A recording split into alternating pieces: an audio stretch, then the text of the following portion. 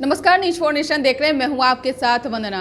जनसंख्या नियंत्रण जो यूपी में लागू किया गया है, उसको बीजेपी का कहना है कि यूपी मॉडल बिहार में भी लागू होना चाहिए। अब बिहार की सियासत इसको लेकर तेज हो गई है। हमारे साथ बातचीत करने के लिए हैं कांग्रेस के एमएलसी प्रेमचंद मिश्रा, और इनसे जानते हैं कि सर, जनसंख्या नियंत्रण को लेकर के नीतीश कुमार ने साफ तौर से कह दिए हैं कि कानून बनाने से कुछ नहीं होता है, शिक्षा सबसे ज़्यादा जरूरी है।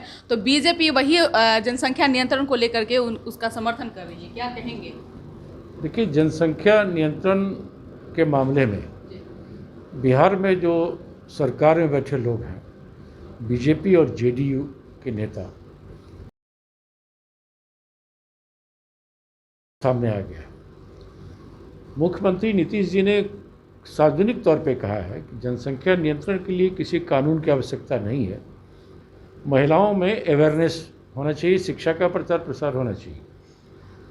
लेकिन मुख्यमंत्री के इस स्टैंड के ठीक उलट उनके डिप्टी सीएम का कुछ और बयान है, बीजेपी के प्रदेश अध्यक्ष का कुछ और बयान है। वो लोग जनसंख्या नियंत्रण के लिए यूपी मॉडल का कानून यहाँ भी चाहते हैं।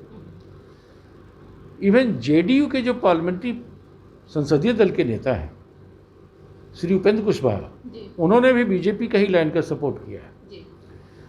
तो इन नेताओं के बयान से इतना स्पष्ट होता है कि जनसंख्या नियंत्रण मामले में न सिर्फ बीजेपी के नज़रों में नीतीश कुमार एक तरह से खलनायक हो गए हैं, बल्कि उनकी पार्टी जेडीयू के नेता उपेंद्र कुशवाहा जैसे नेताओं ने भी मुख्यमंत्री के विपरीत स्टैंड लिया है। तो यह पर्याप्त है समझने को कि बिहार में एनडीए सरकार में शामिल जेडीयू जो मुख्यमंत्री भी हैं, उनके कहीं न कहीं अकेले पड़ गए हैं। उनकी अपनी पार्टी में भी उनके साथ कोई खड़ा नहीं हो रहा है, और बीजेपी वाले तो मुख्यमंत्री के खिलाफ लगातार स्टैंड के खिलाफ बयान दे ही रहे हैं। तो यह अपने आप में बताता है कि बिहार में जो एनडीए है वो अब टूट के कगार पे आ गई।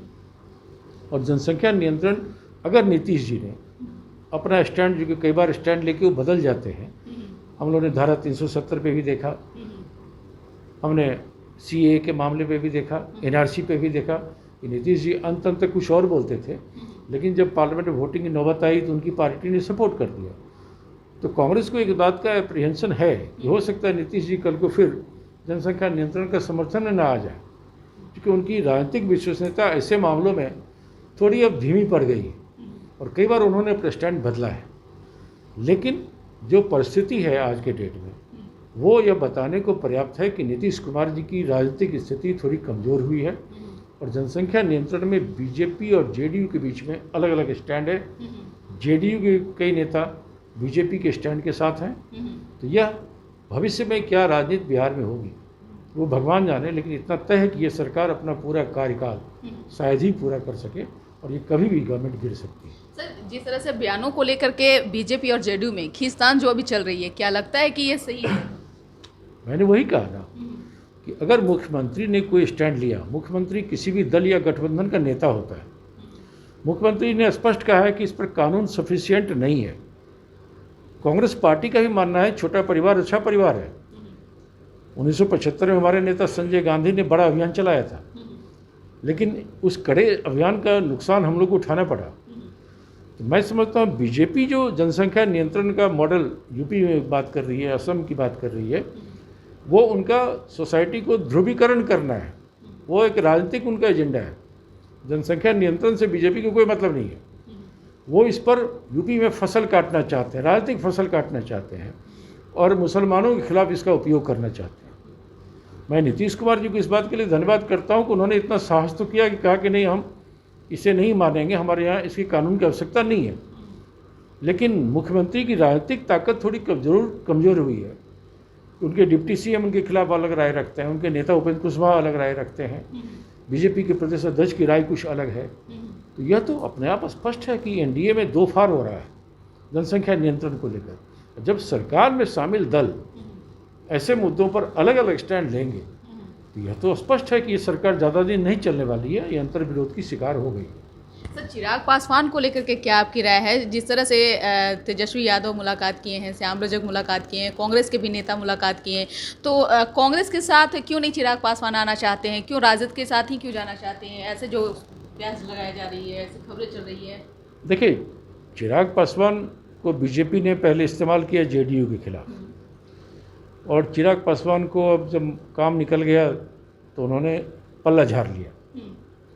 नीतीश कुमार जी ने चिराग पासवान की पार्टी को तोड़ने में अहम भूमिका निभाई, उनके 5 MP को अलग करवा दिया।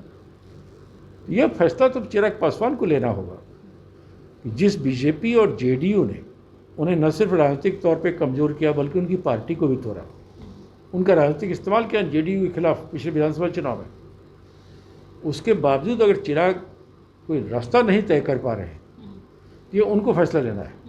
हम किसी को इनवाइट नहीं करने जा रहे, लेकिन यह वक्त का तकाजा है कि चिराग पासवान को anti BJP anti JDU line लेनी होगी।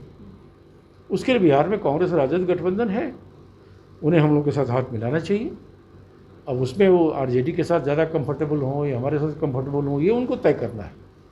लेकिन हमारी ये जरूर इच्छा होगी कि चिराग पासवान मोह माया को त्याग करें और बिहार में महागठबंधन का हिस्सा बने, और जिस बीजेपी जेडीयू ने उनकी पार्टी को तोड़ा, उनके साथ धोखाधड़ी की, उन्हें सबक सिखाए।